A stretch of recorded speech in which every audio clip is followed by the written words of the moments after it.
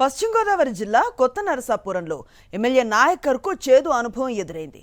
Road శంకుస్థాపన సందర్భంగా ఏర్పాటు చేసిన గ్రామ సభలో జనం లేకపోవడంతో కోపంతో స్టేజ్ దిగి వెళ్లిపోయారు. ప్రజలు లేక కుర్చీలు ఖాళీగా ఉండటంతో ఆగ్రహానికి గురయ్యారు. ఇదే క్రమంలో స్థానిక కూటమి పార్టీల నాయకులపై మండిపడ్డారు.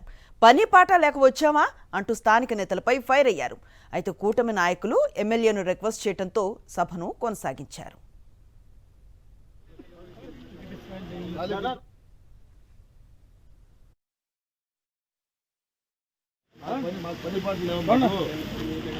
నీకే పనులు మాకు పని ఖాళీ కూర్చున్నాం మేము ఇక్కడ ఖాళీ కూర్చున్నాము. ఎందుకు పని చేస్తారా మీరు?